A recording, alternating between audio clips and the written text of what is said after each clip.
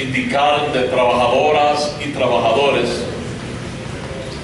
Efectivamente vivimos una nueva época, y esa nueva época está asignada, caracterizada, porque los que trabajan están cerca, por primera vez en América Latina, del poder político que ejerce.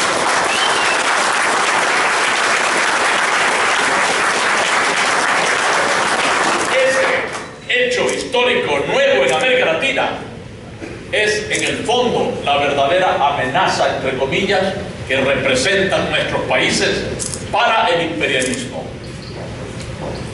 Esto además tiene una historia. Quiero simplemente mencionar algunos hechos. 1954, invasión de la CIA, de los infantes de Marina a Guatemala. ¿Para qué? Para derrocar al gobierno de Jacobo Arbenz. ¿Quién era Jacobo Arbenz? Electo democráticamente, constitucionalmente, presidente de Guatemala. Sin embargo, lo que él quiso hacer fue una pequeñísima expropiación de unas 500 hectáreas a la United Fruit Company para entregar esas tierras con indemnización pagada por adelantado a trabajadores campesinos que no tenían tierra. Es decir, y además, nótense que la tesis de la entrega de la tierra a quien la trabaja es una tesis de la burguesía. Es una tesis burguesa, que ni siquiera esa tesis burguesa aceptaban en América Latina los señores feudales que existían todavía en América Latina en el siglo XX.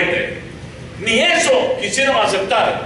Y entonces se preparó un golpe de Estado, lo derrocaron, invadieron, mataron a mucha gente, entre ellos trabajadores, hombres, mujeres, niños. Eso es lo que el imperialismo está acostumbrado, porque ve a América Latina como su patio trasero. 1965, invasión a la República Dominicana. ¿Por qué? Porque estaba un coronel, otra vez coincidencia, no muchas coincidencias, estaba en el poder, había llegado de manera legítima, y estaban esperando el retorno de Juan Bosch a la presidencia de la República en elecciones democráticamente preparadas, de un Juan Bosch que les había dicho que el Caribe había sido siempre el mar de los imperios, y todavía lo sigue siendo, porque el Caribe tiene colonias. Hay una Guyana francesa aquí al ladito nomás, hay colonias holandesas aquí al frente nomás, están las Malvinas en poder de los ingleses, y las Malvinas son de Inglaterra y algún día serán soberanía de los argentinos y argentinas.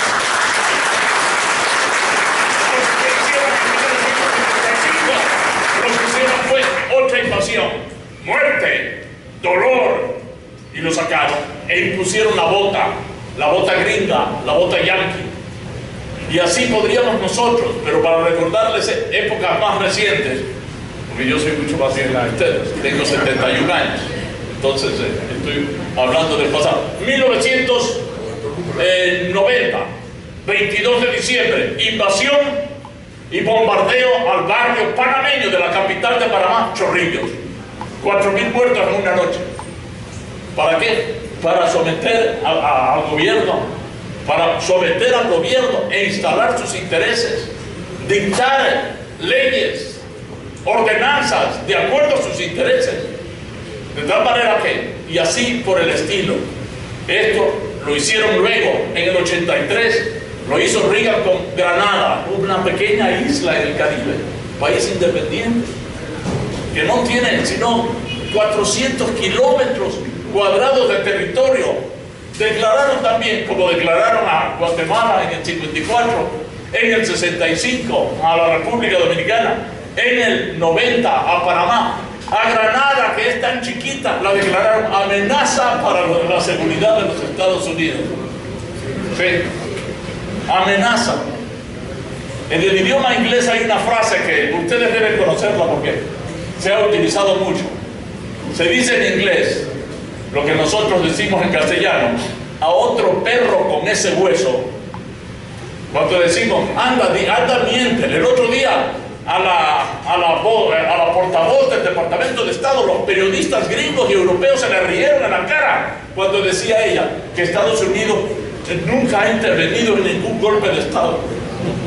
Se le rieron a carcajadas porque era cínico lo que ella estaba diciendo o planteando. Entonces en inglés dicen, anda, díselo a los infantes de marina. Díselo a los infantes de marina. Tell it to the Marines. Eso se traduce en nuestro idioma, a otro perro con ese hueso. Y siguieron atacando a América Latina siempre. Lo derrocaron a Allende, un presidente electo, en 1973. Y así por el estilo. Y ahora están por todo el mundo.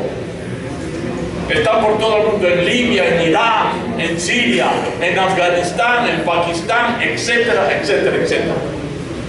Pero quiero decirle que lo maravilloso de la experiencia que estamos viviendo ahora es que por primera vez en los últimos 50 años o 100 años, por primera vez, una declaratoria de amenaza, de haber caracterizado como amenaza al pueblo de Venezuela y a su gobierno, ha significado que todo el mundo en América Latina y el Caribe se levante, movilice y luche esta paz del Bolívar.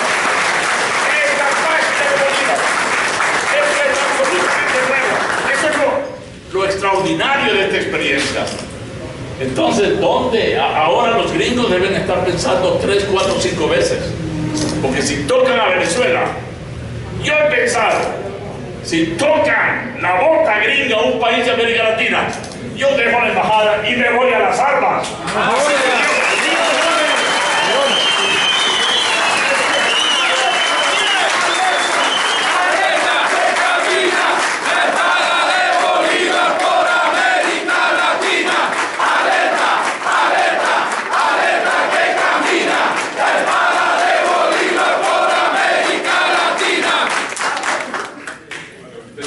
Eso es lo nuevo en esta experiencia que está viviendo nuestro pueblo. Eso no sucedió con Siria. La Liga Árabe, que tiene su sede en Egipto, da pena lo que está haciendo. Se vuelve cómplice. La Unión Africana, que reúne a 54 países, tampoco se pronuncia sobre lo que está pasando, lo que pasó en Libia. Y Libia era, en ese entonces, cuando se dio la invasión, iba a ser la sede de una cumbre de la Unión Africana. No les valió, no les importó. De tal manera, y en Asia tampoco. De tal manera que esto que nosotros tenemos en común, ¿qué es lo que tenemos nosotros en común? Tenemos historia en común. Vida vivida es la historia.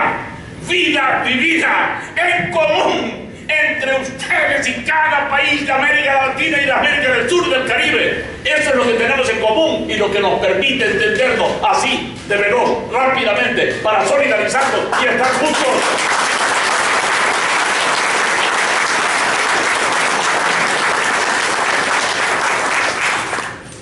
Entonces, esta movilización a mí no me sorprendió para nada. A mí no me sorprendió la reacción del pueblo venezolano. Me parece, desde que estoy aquí, ya estoy 56 días y medio, he visto desde todos los días de Dios al presidente Maduro en las calles, al presidente Maduro en asambleas, al presidente Maduro inaugurando obras para... ¡Con Maduro me reteo! ¡Si se prende un peo con Maduro me reteo! ¡Si se prende un peo con Maduro me reteo! Entonces, compañeras y compañeros, esto hay que continuar haciendo. Y nuestro país, indudablemente, es un país solidario, totalmente solidario con el pueblo de Venezuela. Porque si la diplomacia no pasa por la solidaridad con los pueblos, es una diplomacia de aquella que se queda en esas palabritas que no tienen ningún sentido. Aquí hemos venido a hacer una diplomacia pueblo a pueblo y por eso estoy aquí. yo quiero que demos paso a la compañera Tania Barahona, que ella tiene una exposición sobre algo que les va a ser útil a ustedes. Porque esta compañía Chevron, desde el año 64, y llegó a exportar más de 1.700.000 barriles de crudo, ¿no? Solo de crudo, no de gas. Y produciendo lo que los técnicos llaman una externalidad económica negativa, es decir, hacía daño. Es como que si yo quiero poner, tengo paneles de abejitas para producir miel en el patio de mi casa, y el vecino viene y me pone una fábrica inmensa de ladrillo que me bota todo el hollín contra las flores que yo estoy sembrando, destruye. Eso fue lo que se llamó externalidad económica negativa, que destruía el medio ambiente, enfermaba a los niños, mujeres y hombres que trabajaban, y eso causó un daño mayor del beneficio limitado económico que el Estado ecuatoriano recibía.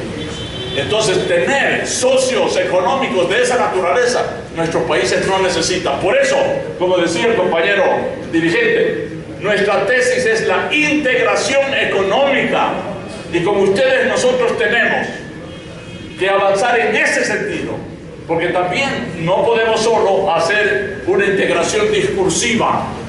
Está bien la integración política, las resoluciones, la resolución de UNASUR, la resolución del ALBA, la resolución de la CELAC, la resolución de tantos organismos multilaterales a nivel mundial. Todo eso está bien, muy bien.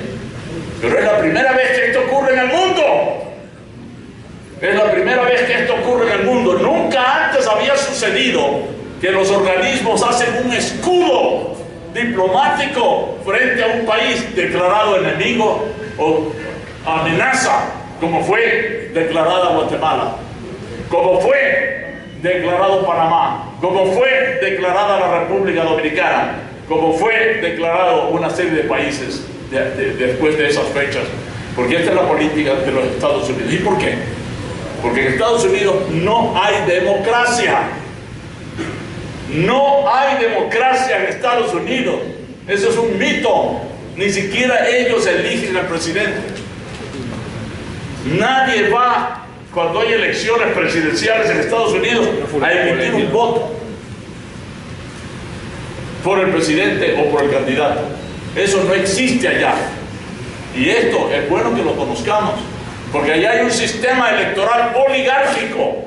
Allá lo que se hace es designar unos colegios electorales regionales, que son los que se reúnen, que son una serie de oligarcas regionales de toda la geografía de los Estados Unidos, y ellos se ponen de acuerdo quién realmente quiere que sea presidente.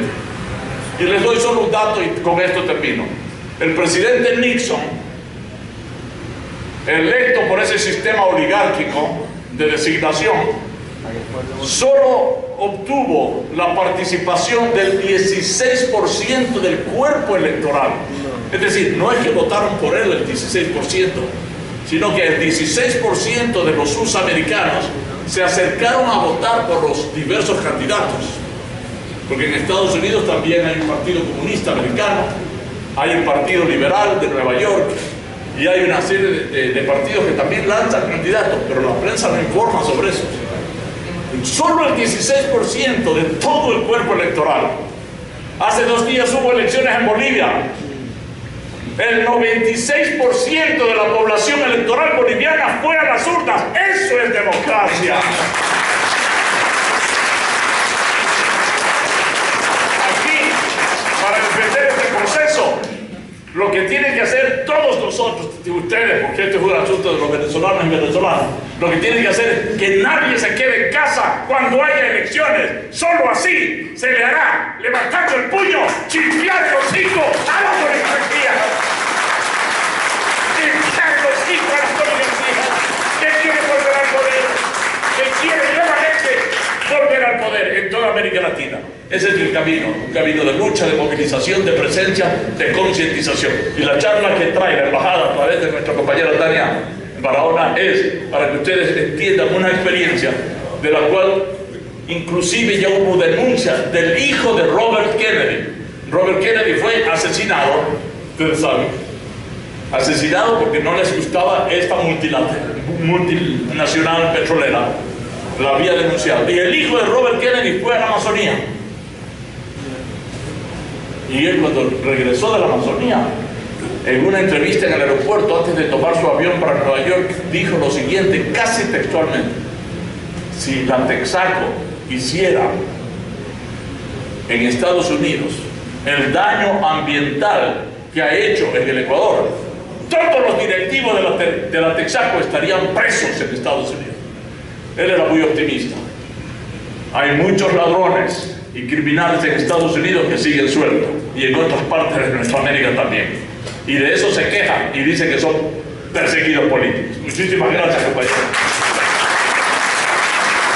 Bueno, los periodistas nos preguntan al embajador, porque luego para finalizar no vaya a hacer alguna pregunta al embajador.